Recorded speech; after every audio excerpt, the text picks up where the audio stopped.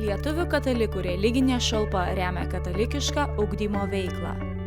2015 metais Lietuvos katechetikos centras pradėjo vykdyti katalikų vadovėlių aprūpinimo Lietuvos mokykloms projektą.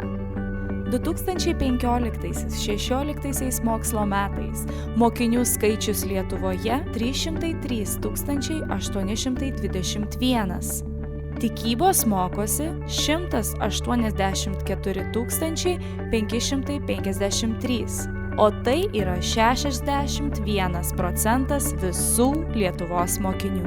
Šiam Lietuvos katechetikos centro projektui pilnai įgyvendinti reikalinga 229 282 JAV dolerių parama.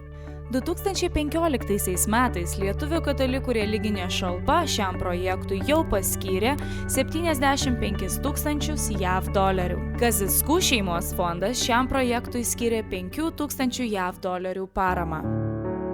Reikalinga suma užbaigti Lietuvos katechetikos centro projektui yra 149 282 JAV doleriai. Kviečiame ir jūs savo auką prisidėti prie šio svarbaus visai Lietuvai projekto įgyvendinimo. Kiekviena auka daro skirtumą jaunųjų katalikų ugdyme ir keičia katalikybės ateitį.